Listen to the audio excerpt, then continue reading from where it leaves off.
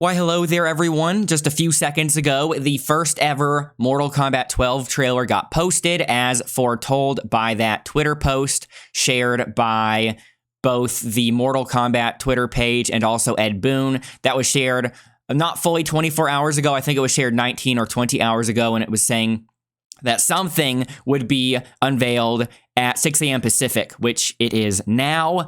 And I think this is the first ever official announcement of MK12, even though it's been all but officially announced up until now. But this will be the first time we see anything about it. I don't know if it's going to show any actual gameplay. I'm thinking more likely this will just be a CG trailer, but I'm hoping even with it being a CG trailer, I can at least get a sense of the direction.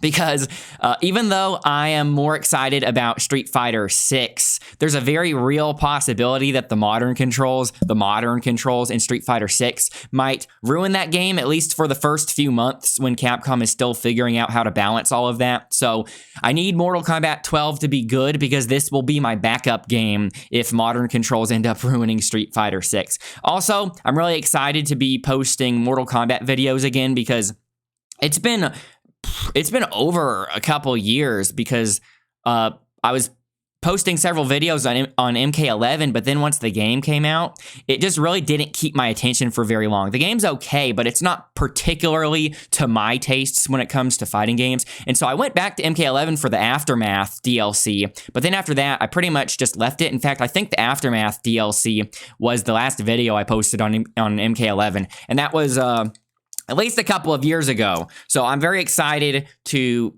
start making MK videos once again. So let's get started and watch this finally. It's a 2-minute, 37-second trailer, so this actually might have a lot in it, right? If it is just a CG trailer, then this might have a ton of story stuff. I'm thinking it might have some story mode stuff, in which case it might all be cutscenes, but it'll at least be using in-game. It'll be in-game graphics for the cutscenes, so we'll be able to see what the character models look like and whatnot. So let's see. Also, this was only posted on Twitter, not YouTube, so I don't know what the quality is going to look like on here. I kept on refreshing YouTube to see. I didn't see it on YouTube. It was only on Twitter, so I'm watching it on Twitter right now. Of course, it'll probably be posted right as soon as I'm done recording this. It is time. That's Liu Kang? I was expecting him to have the glowy eyes.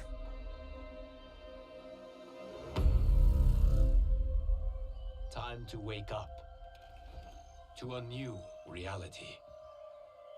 So again, this is that I have painted in with warmth.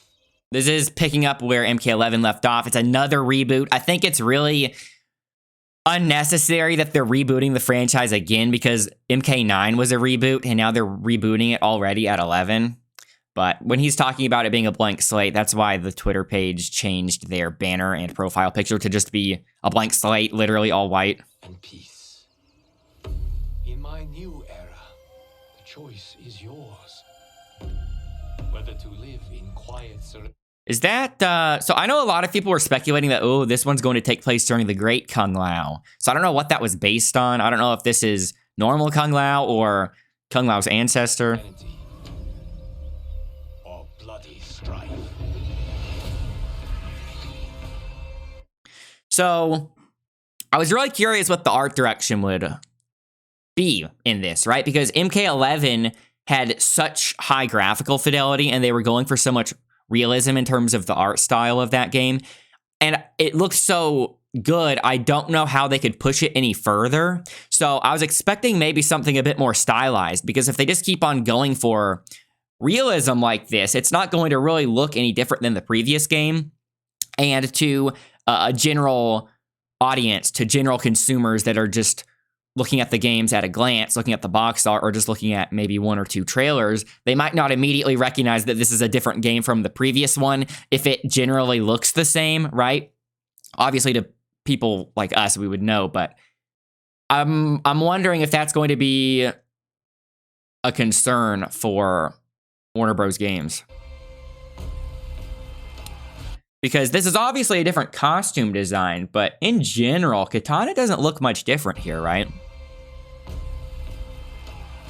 To dwell in joyous prosperity. Or bitter rivalry. So this is weird because I'm pretty sure they're showing scenes of these characters in Liu Kang's rebooted universe in which none of these bad things have happened yet, at least. And so if Katana is still being heralded as the Princess of Edenia here, then why would Melina exist, right? Or bitter rivalry. And it's not just an actual sister, right? You could see she obviously has the Tarkatan elements to her. Scorpion. He doesn't look that much different from MK11 Scorpion, right? You can face each other. So the costume design is new. But like I said, in general, the art direction seems to be pretty much the same. At least in this trailer. I don't know if that's Bihan Sub-Zero or the other one. Or united as brothers. I don't know if someone would be able to tell just by looking at him like that. But a storm is brewing. Also, I'm going to turn this down just a little bit. And soon you will discover that even in this new era, one constant remains. Shang Tsung? Wait, who was that? I'm assuming that Liu Kang is coming to Kung Lao as the same sort of role that Raiden fulfilled, right? So he's sort of the Raiden type character in this version of the continuity. Who is that? There is always something worth fighting for. Wow, I was not expecting there to be violence in the story trailer, right? These must be actual fatalities, because the story modes don't typically have violence, right? Well, you know, don't typically have violence. They don't typically have fatalities. You have chosen to defy peace. Then you have chosen war with a god.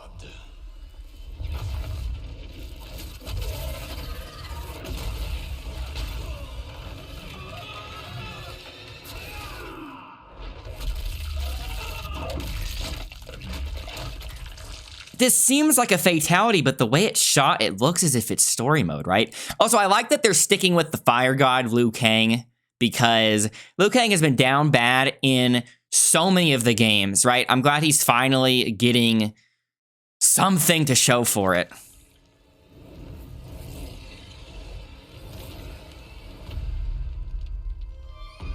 I wonder how much of that was actually part of the story mode or a fatality, right? Because obviously him posing and then having the title drop isn't something that happens in the game.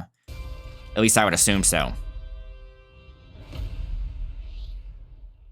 So it has a release date, which is crazy because, like I said at the beginning of the recording, I'm pretty sure this is the first ever official reveal. And so, technically speaking, that means the release date was announced at the same time the game was officially announced, right?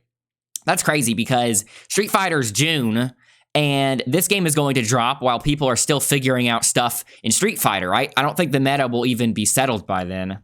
And yeah, okay, so there's a pre-order bonus for Shang Tsung. So I think that was Shang Tsung in the portal. It was just kind of hard to recognize him because he looks so young in this case. I don't think they're using the actor's likeness anymore, right? It's kind of a shame because I actually really liked that they were using the actor's likeness in MK11, but they would probably have to get a new contract with each game for that, so maybe that's why. Maybe they wanted to break free of that so that way they can just design him to look however they want. Or maybe it'll be an alternate costume, right? So this was all CG, but ambiguously gameplay with the fatalities because, like I said, story modes don't typically include the fatalities. But also, I knew that this was going to drop because in the minutes preceding the posting of this trailer, I was checking out the website, and they actually updated the website maybe a little bit too early, which I will switch to now. Just give me a second to switch this.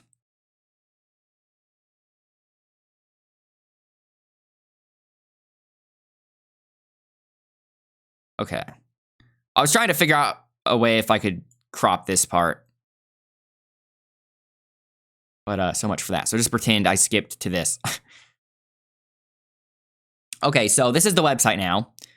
It is being called Mortal Kombat 1 because it's a reboot. Which is funny because MK9 was a reboot and it was just called Mortal Kombat. And in this case, it's being called Mortal Kombat 1. I don't think it really needs the 1 moniker because Mortal Kombat has always been super successful. And it's always been super successful despite going into the high numbers, right? MK11 was really successful despite it having 11 in the title. I don't think anyone was intimidated by the fact that it was the 11th entry. So I think this is just more of an artistic thing rather than a business decision. But anyways, you can see here, pre-order, exclusive, yeah, Shang Tsung. MK11 did this as well with Shao Kahn. I really don't like that because I don't like pre-ordering games. If I'm going to pre-order a game to get a bonus, I'm just going to do it a few days before the game releases to make sure the game has gone gold before I give them money, right? But if you scroll down a little bit, it gets a little bit more interesting. So that sounds like a normal sales pitch, right? That was I think that was the key art at the end of the trailer, right? When he posed. I don't remember the headband though. I kind of want to actually look at it again. I'll go back to that and look later. But I think it was the same pose. Also, I don't know if this is indicative of the game, right? Because this is just some kind of background render. But I actually like how colorful this is coming across, right? Because even though it typically has the same sort of realistic art style that MK11 is going for, I just get the impression from the design of this website that it might be a little bit more colorful than MK11, which I think would fit the story, right? Because if Liu Kang tried to recreate a universe that was much more happy, for lack of a better term, then maybe it just looking more vibrant and colorful would be indicative of that, of Liu Kang basically creating a paradise, even though we know it obviously won't stay like that for long. Yeah, so that's pretty general. Watch the latest trailer. So this wasn't on the website earlier. I wonder if this lets you watch it on YouTube. This is a weird part. This is what I was wanting to ask about. Cameo fighters. Well, at first I was confused about this, but I looked at the FAQ, which I will get to as well. Choose from a unique roster of cameo fighting partners to assist you in battle. They use the word assist, right? So on one hand, I was thinking, is this just referring to guest characters? But it could also be specifically assist-only characters, right? And there's the pre-order exclusive I was talking about. Okay, also at the bottom of this, it's really funny. So no PS4, no Xbox One, right? But the weird part is that it's going to have a Switch port, just like MK11. But if they're managing to get it on the Switch, why couldn't they get it on PS4 or Xbox One? So I don't think it's a technical issue. I think it's actually just a business decision because maybe they have some kind of deal with PlayStation or Microsoft, and PlayStation and Microsoft doesn't want them to put this on PS4 or Xbox One because they want this to somewhat be a console seller, a next-gen console seller, right? Whereas Nintendo doesn't have a console after the Switch, so there would be no reason to do it for that. Because if you've seen the Switch version of MK11, if that's what they're going to go for again, then they could definitely put it on PS4. I'm still super surprised that MKX and MK11 are on the same console in the PS4, right? Because they look 2 generations apart, but PS4 runs MK11 just fine. So we will see what the Switch version of this looks like. So let me go to the FAQ. Okay, so some of these are just really expected and generic answers. So the only interesting thing here is along with a new fighting system, and I think that's referring to the Kameo system, which they will refer to again. I'm assuming when they say new fighting system game modes, they mean new game modes, right? Who's developing it? Obviously.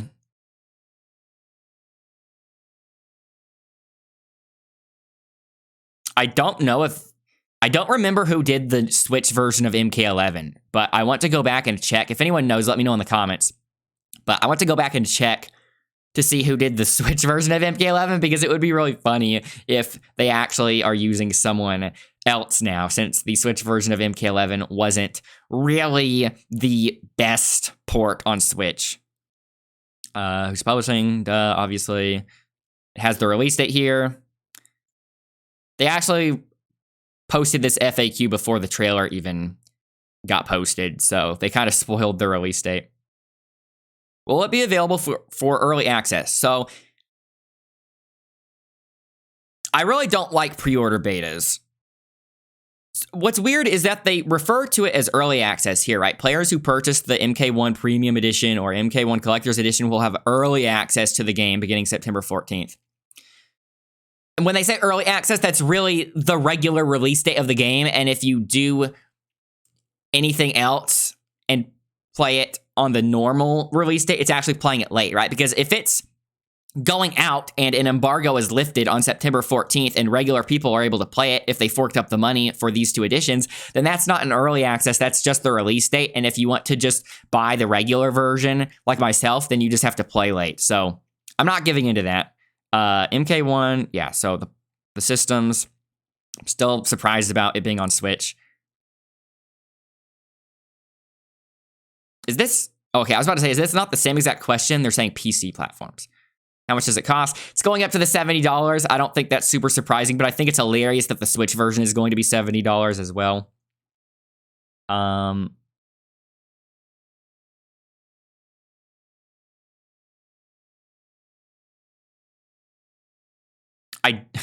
I don't like the sound of this.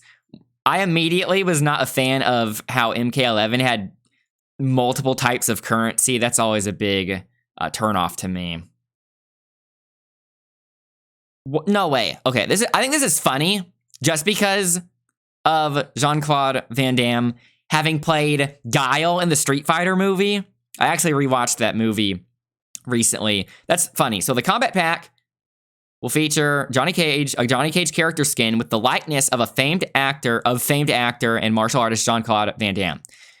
I think that's so funny, right? Because, like I said, he plays a Street Fighter character, but it's going to be in Mortal Kombat. But also, I think that's a perfect skin for Johnny Cage because I always thought of Johnny Cage's character as being a parody of people like Jean-Claude Van Damme and Steven Seagal, you know, actors who might have gotten their ego a little bit too big from playing in all of these movies in which they play a really cool character, but then in real life, they're not really as cool as the characters they play. So I always thought that Jean-Claude Van Damme and Steven Seagal were the inspirations for the character Johnny Cage. So that's kind of funny. It comes full circle. Also, if they're using his specific name, I'm assuming that means they literally got his permission or his signature for some kind of contract to actually use his likeness. So that's going to be really funny. New Kameo fighters. I'm trying to find the question in which they answer with Kameo fighters. Collector's Edition, Okay, so look. Players who pre-order the game on PS5 and Xbox Series S will receive access to the MK1 beta, which will be available. Okay, so September 14th isn't a beta. That's just regular release date. And if you're a normie and buy the regular version of the game, if you're a fake gamer and buy the regular version of the game, you have to play it late. But if you thought that September was early, right? If you thought that people would still be busy with Street Fighter 6 when the game releases in September, then it's going to be even crazier in August, right? Because Street Fighter 6 is going to be even fresher and newer in August than it will be in September. And so people are going to have to put down that game to play the MK beta while we're still trying to figure out if modern controls are broken or not. So that's going to be pretty exciting. A little overwhelming, but exciting. And here they actually do announce some of the characters, but they're all obvious. If you hadn't seen the trailer before, Shang Tsung would have been a surprise, right? All the other ones are mainstays. Liu Kang, Scorpion, Sub-Zero, Raiden, Kung Lao, Kitana, Mileena, Shang. I guess Mileena wasn't guaranteed to be at launch, right? But I think after her sitting out the launch roster of MK11, it makes sense that she's in the base roster of MK12 or 1. It's going to take me a while to call it MK1. I'm probably going to keep on saying 12 by accident, but you know what I mean.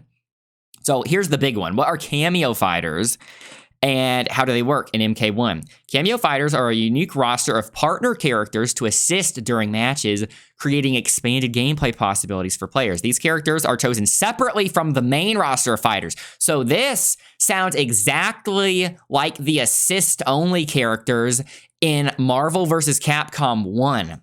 And I think it's crazy that we're getting Marvel vs. Capcom mechanics in Mortal Kombat before getting another Capcom versus style game, right? So I will take that. I think that's very exciting. I always thought that I've never played MVC 1, but I've always been aware of it, right? And I've always been intrigued with the notion of having assist-only characters. I understand why it would move to having every character be playable, but I always wondered if there was some unexplored potential with having a game like that, because they moved on from the MVC 1 style assists to the MVC 2 style so quickly. And it feels like there was still some unexplored territory with the assist-only characters. I remember before, maybe a year or two ago, there was a rumor that Bamco was publishing a My Hero Academia fighting game. It would kind of be given the Dragon Ball FighterZ treatment, but instead of it playing exactly like Dragon Ball FighterZ, which was based on Marvel vs. Capcom, it would specifically be based on Marvel vs. Capcom 1, because in this supposed leak or rumor, they were mentioning that My Hero Academia would have assist-only characters. And I thought that made a lot of sense, because there are a lot of characters. I haven't watched all of My Hero Academia. I've only seen like season 1.